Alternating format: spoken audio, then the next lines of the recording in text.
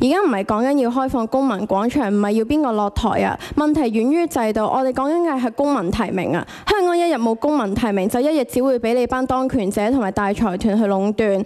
講呢啲嘢的確係好悶啦，因為已經 loop 咗10幾年㗎啦，但都要繼續講，直至到問題解決為止啦。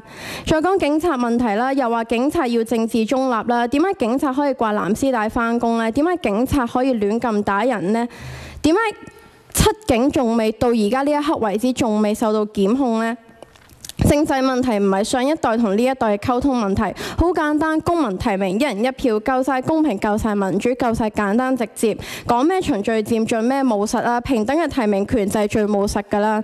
如果要用形容詞嚟形容你班建制派，真係撲街都不足以形容。黑警打市民又唔出聲，政府黑箱作業又唔出聲，最中意就係玩篩選壓迫啲小市民。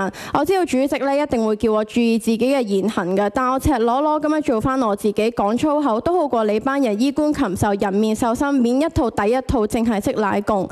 根據上年10月21號學聯同政府嘅對話，劉江華你嘅絕密，劉江華副局長你嘅絕密白紙發言稿流出咗啦。你嘅心情或者真係油醬樽蓋等被揭開，嘴巴卻在養青苔。有見及此，我決定今日俾個機會你就我啱啱所發表嘅言論講一句 I agree with you。最後少少時間，我想借呢個機會唱一首歌俾劉江華同埋689聽。